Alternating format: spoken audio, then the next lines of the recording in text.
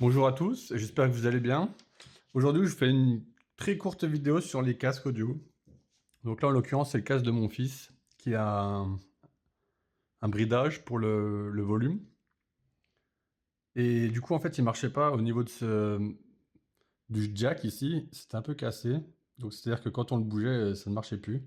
Donc, je l'ai changé. Et je vais vous montrer comment je l'ai changé parce que je trouvais ça intéressant. Donc, quand vous avez un jack qui marche plus au niveau du connecteur, vous avez deux solutions. Soit vous coupez ici et vous devez ressouder les fils, ce qui est vraiment pas pratique. Ou alors, vous pouvez carrément démonter le casque ici. Donc là, faisons attention. Il y a 3 vis à chaque fois. Donc là, je vais les démonter et je vais vous montrer.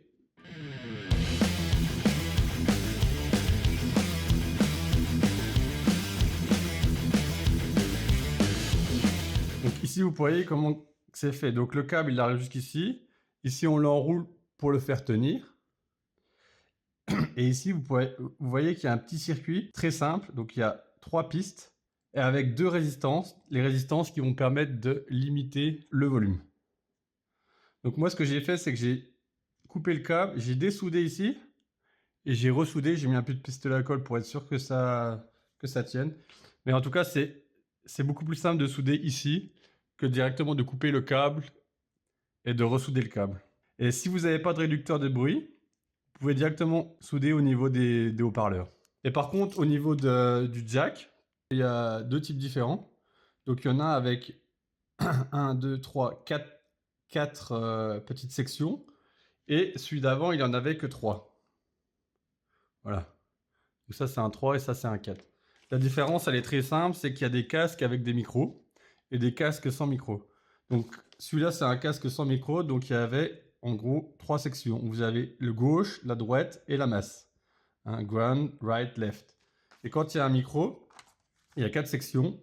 On rajoute le micro de la dernière. Vous avez la masse, right et left. Et moi, en fait, j'ai piqué ce câble à, vous savez, les écouteurs qui donnent quand vous achetez un téléphone. Donc j'ai coupé, ouais, il est là d'ailleurs. J'ai coupé le câble parce que je m'en servais pas de ces écouteurs.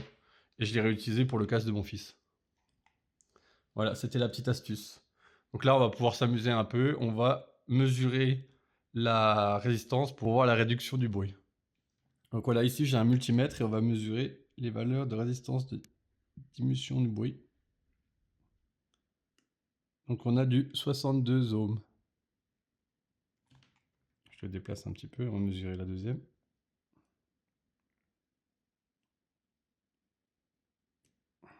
Si tu veux bien, voilà. Pareil, 62 ohms. Donc c'est-à-dire que la gauche et la droite sont diminuées de 62 ohms. On va juste faire une petite mesure avec un salé pour voir l'impact sur le signal analogique. Donc là, je viens de brancher le PCBite avec un salarié. On va faire des mesures pour voir l'atténuation du bruit avant et après la résistance d'atténuation. Donc au-dessus, on voit avant. Donc j'ai mesuré la tension avant la résistance et en bas sur channel 1 après la résistance. Donc on voit vraiment l'atténuation du bruit. Alors pour faire une mesure plus sympa, on va mettre un bruit fixe. Donc là, je vais générer un bruit fixe dans le casque. Ici, vous voyez. Et OK. Et là, maintenant, on va faire une mesure de valeur efficace. Donc, je vais me mettre là, par exemple. Donc là, on a 202 millivolts. Et en dessous, on a 52 millivolts. OK. Donc là, on va pouvoir s'amuser et essayer de calculer la résistance du haut-parleur.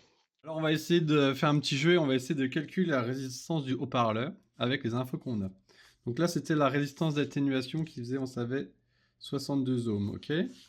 On avait la tension au niveau du haut-parleur, UH, qui est égale à 52 millivolts. Donc là, 0,52 volts. Et on avait la tension totale, on avait dit qu'il valait 202 millivolts.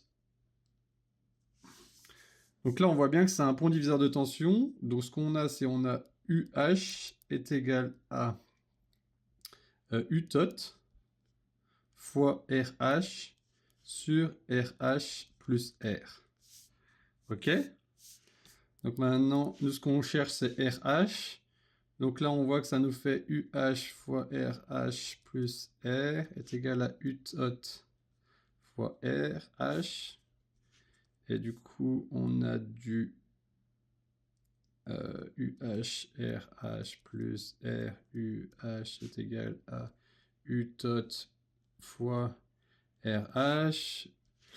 Donc là, on va mettre les deux RH. Donc ça va faire URH est égal à U tot moins UH fois RH.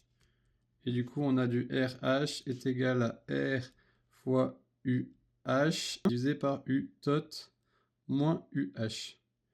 Donc, ce qui nous fait R, donc 62 ohms, fois UH, donc 0,052, divisé par U tot, donc 0,202, moins 0,052.